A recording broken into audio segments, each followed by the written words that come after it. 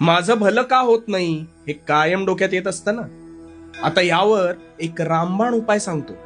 तो शांतपणे ऐक. तुझं भलं होत नाही याला कोणी दुसरा नाही तर निव्वळ तू जबाबदार आहेस. कारण तू सतत इतरांचा विचार जास्त करत असतोस.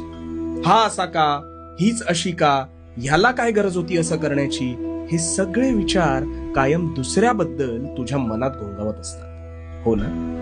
त्यामुळे ह्या सगळ्यात तू तुझी मानसिक शक्ती ही इतर जण का असे वागतात आणि त्यांनी कसं वागायला हवं ह्यावर खर्ची करतोस. मग तुझी भरभराट होणार कशी?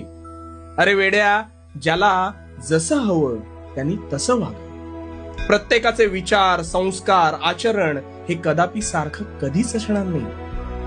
तुला जे वाटतंय ते त्याला किंवा तिला तसं करावं, तसं वागावं असं वाटत नसेल तर तो सर्वस्वी त्यांचा